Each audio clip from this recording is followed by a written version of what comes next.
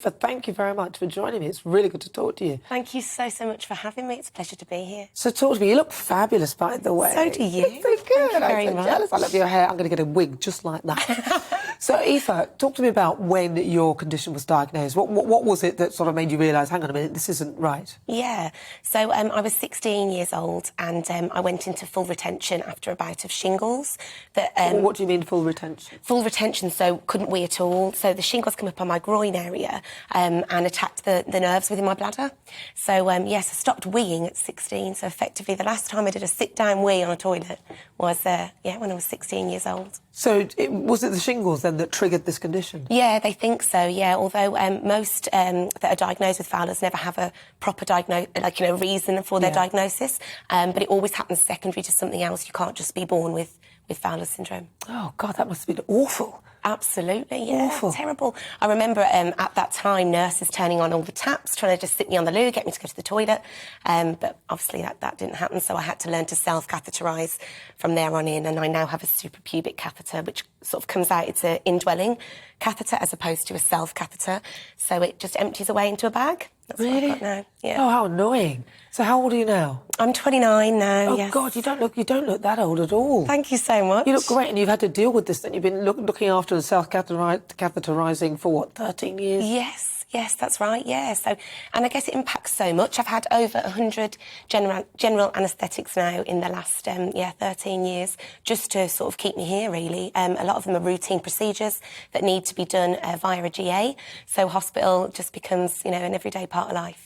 So this self-catheterisation, do you have a bag that you have to change? Is that what it is? Yes, yeah. So it's a tube at the moment that comes out of sort of my midriff, just below my belly button, and there's a small bag attached to the end of it, so it just free drains away into there. But eventually I will need a urostomy, so that's complete bladder removal. So it'll be a stoma, like a small hole on my abdomen where there'll be a permanent bag stuck to my skin. So that's the next step. So we've sort of tried everything, but bladder's in such a state now, and the level of failure is just irreparable, and it has such a knock-on effect on so many other things in my body. My kidneys have been really playing up since sort of March this year. My veins collapse upon use, so we're looking at a permanent port to be fitted. There's loads of sort of secondary things that occur because of the primary problem. I see. And how do you cope with all of this? Because, I mean, you're very chirpy and you're very positive, and I can feel your energy is emanating from you. You look beautiful. She looks beautiful, doesn't she? And yet you're going through all of this. How are you honestly coping? From the outside, great, but seriously, truthfully? Yeah. From the outside, great, exactly. There's a lot to be said for hair and makeup and a nice dress or whatever, but because it's an invisible illness, I find that a real double-edged sword. It's really hard because quite often people need to see to believe. So I find that quite hard for them to, to help others understand what I am going through. So blogging and creating the online community that I have has really, really helped sort of me to cope. And I know subsequently others who've sort of joined the tribe are coping a lot better with their invisible illnesses. And what about meeting people as well? Because with me, once, then, I let them in and then I'll just chuck my wig off and go, ha, ha, ha, ha, like that. Yeah. Do you know what I mean? I'm like, I'm bald. No, I'm not bald. But, you've been suddenly...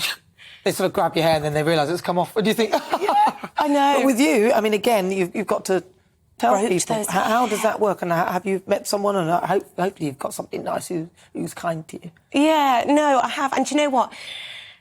It's difficult, isn't it? Because I think the more I own that situation, the easier it is for somebody else to sort of become a part of it. So I've found that talking about it a lot more openly and just saying, look, this is a part of me, and that's what I'd encourage others to do as well. Yeah. And really, stress that without this device that I have, I wouldn't be here. So this is a gift, really, for me to still be here talking to you today. And my catheter is my superpower, really.